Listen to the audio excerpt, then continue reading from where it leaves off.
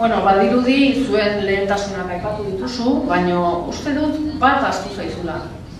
Eta hau da, herriko saneamendua. Europako normatiba ez gara betetzen ari. Gaur egun, oraindik, Andoaingo ur zikin guztiak zuzenean Oria ibaira botatzen dira. Andoaingo ur zikin guztiak zuzenean botatzen dira Oria ibaira. Horren inguruan, abisuak jaso dituzue udaletxean, hori konpontzeko, eta ez dezute ezertxo ere. Eta gero, aipatzen duzue ekologismoa. Ekologismoa hori da ekologista izatea? Azeredua.